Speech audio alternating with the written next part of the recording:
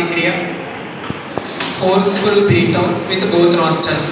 ఇప్పుడు ఎలా అయితే ఒకదాన్ని ఒకటి క్లోజ్ చేసామో ఇక్కడ ఎటువంటి క్లోజ్ లేకుండా రెండు చేతులు చిన్ముద్రలో మోకాలపై విశ్రాంతి స్థితిలో పెట్టుకొని forceful breath out with both nostrils.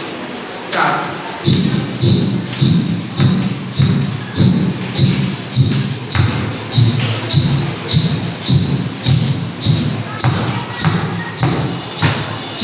Relax. దీర్ఘమైన శ్వాస తీసుకోండి. నెమ్మదిగా విడిచిపెట్టి